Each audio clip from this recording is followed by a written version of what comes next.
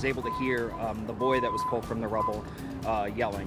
The search continues for survivors in South Florida tonight, about 24 hours after part of a beachfront apartment building suddenly collapsed. 100 people are still unaccounted for tonight. Plus,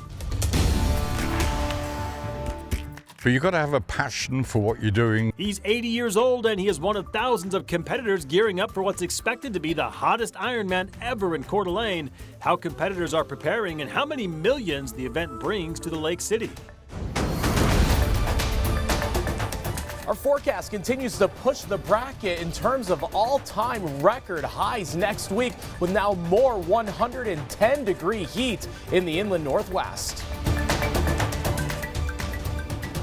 Good evening and thank you for joining us for KREM 2 News at 11. I'm Mark Hanrahan. We've been talking about it all week, but it's finally almost here. A historic heat wave expected to hit the inland Northwest this weekend.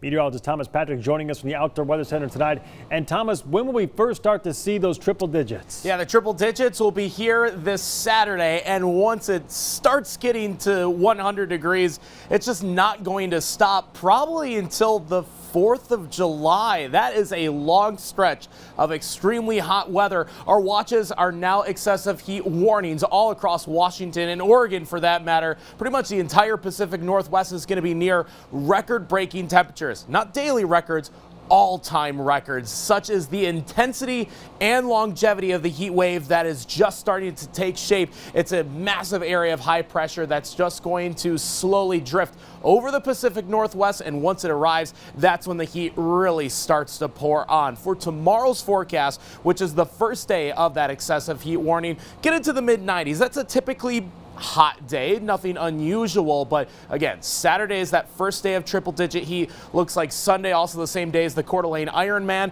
Hundreds all across the board, starting to push 110, but once we get into early next week, those 110-degree readings are actually going to be quite common across Washington. So coming up, going to detail just how many cities could be hitting 110 degrees and how that's going to compare to our all-time record highs across the inland Northwest. Sounds good, Thomas. We'll talk to you later in the broadcast. And with those dangerous temperatures, the Coeur d'Alene Ironman is putting more volunteers on standby in case of heat-related emergencies. So we caught up with one of the medical coordinators, Stan Foster, who's been involved with the medical tents in Ironman since 2003.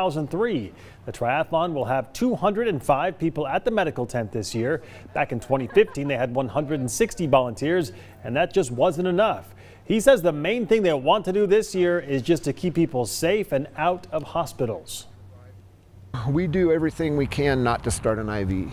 Even that year when it was so hot, we started fewer than 40 IVs that year. And our other job is to keep people away from the hospital. We don't want to overrun the hospital. Foster has done 4 Ironmans himself. This will be his last year in this role, and to honor him, Ironman has asked him to fire the cannon that signifies the start of the event. One of the athletes gearing up to compete in this year's Ironman is 80-year-old Howard Glass. After retiring, Glass said he felt a bit depressed, but he found cycling and said it was like a cloud lifted. He did his first mini triathlon in 2009 and his first Coeur d'Alene Ironman in 2011. Since then, he has competed in 18 Ironman races, both full and half distances, and he hopes to qualify for this year's World Championships in Kona this year. But you've got to have a passion for what you're doing. If you haven't got a passion, you might as well forget about it, because it's tough. Doing an Ironman at any age is tough. This upcoming Ironman will be his 10-year anniversary since he started competing in 2011. Glass says he's never not finished the race if he's not made the cutoff before the bike cutoff time, so good luck to him. And no matter the age of this weekend's Ironman competitors, they are part of a massive financial boost for Coeur d'Alene and all of North Idaho. But just how much money does this event bring to the region? KREM 2's Joshua Robinson has the answer tonight. When the first swimmers hit the water on Sunday morning, Daryl Hartwick from the Coeur d'Alene Chamber of Commerce says it could represent a record-breaking moment for the Lake City. 4,000 is the max, and that's the most I've heard that they've ever had. So this is probably going to be the largest Ironman that Coeur d'Alene has seen. And stretch that out for a span of spending over 4 to 5 days, and the much-needed financial boost in Coeur d'Alene could easily be to the tune of over $7.5 million. Working with our restaurants, our frontline, our hotels, making sure that they have those adequate workforce. You know, you've seen it where they're having signing bonuses and things. So as we see this influx of tourism, which we're welcoming, we're also seeing the effects of it and making sure that how can we help, how can we get these workers back to work and make sure that our businesses are open and can receive those benefits. We like to call these locations racecations, and it really becomes an opportunity for an entire family to be a part of an event. Ironman Regional Director Dave Kristen points out that whenever events of this size come to a region, they also bring some longer-term economic benefits that extend well beyond the end of the Ironman race itself. One of the unknown statistics, but we know that it happens, is people buy homes where our races are. Sometimes it's their second home, sometimes it's they're moving their family to a location because they'll come to Coeur d'Alene and they'll be like, why wouldn't I live here? The other one is interesting is we actually have business leaders, a lot of executives, decision makers at organizations expand their businesses here, recreate their businesses here. People that came to race and all of a sudden they brought even more economics down the road. A welcome sign of both short and long-term growth for Coeur d'Alene and all of North Idaho. It is just really neat how our community welcomes this and how the people are coming and they just get so excited to come here and support us. It gives me goosebumps talking about it right now. Joshua Robinson, KREM 2 News. And as we brace for the incoming triple-digit temperatures, one city council member is raising the alarm, claiming the city isn't doing enough to prepare for this historic heat wave.